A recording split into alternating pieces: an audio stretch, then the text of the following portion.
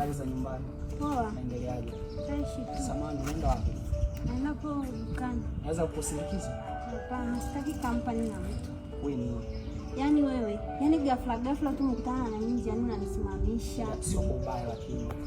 Sio kwa ubaya dada. Una shida gani? Unaweza kunisaidia namba zako? Za nini? Wewe He. Namba zangu za nini? Sikufahamu.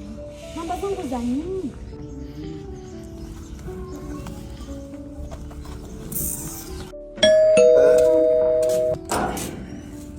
vipi? Poa, vipi? Safi, karibu. Asante. Wow, miss. Umekuja na mgoni? Haya, karibu tena. Asante.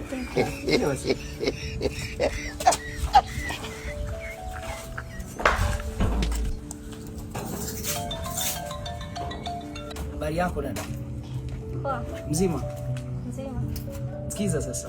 Rafiki yako yule mwingine nani yule? Yule rafiki yako mweupe hivi, nywele zake zimelala hivi, yule mzungu hivi, white mzuri sana. Queen. Ya, Queen huyo huyo. Queen huyo. Sasa sikiliza. Nisaidie namba zake. Sawa. Sio kwa ubaya lakini. Nisaidie namba zake. Maana alikataa kugawa namba. Sasa sikiliza. Mimi sio kesi. Sio kesi, nitakupa hela kidogo. Kama mambo ya hela hapo sawa. Nitakupa hela kidogo, saidia namba zake. Saidia namba zake. 0. Taarifa nayokupa kwamba mpenzi wako yuko nyumba namba 11, nadhani ni ya wageni hiyo. Mbona mkanyaga anaenda kazi? Hapana, yuko na mpenzi wake ndani, kama hujajua, yuko na mpenzi wake ndani. Nyumba namba 11 nadhani ni ya wageni hiyo, ni ya wageni hiyo.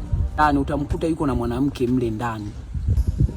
Yaani yule atanikoma yani. Asante kaka kwa taarifa. A few moments later.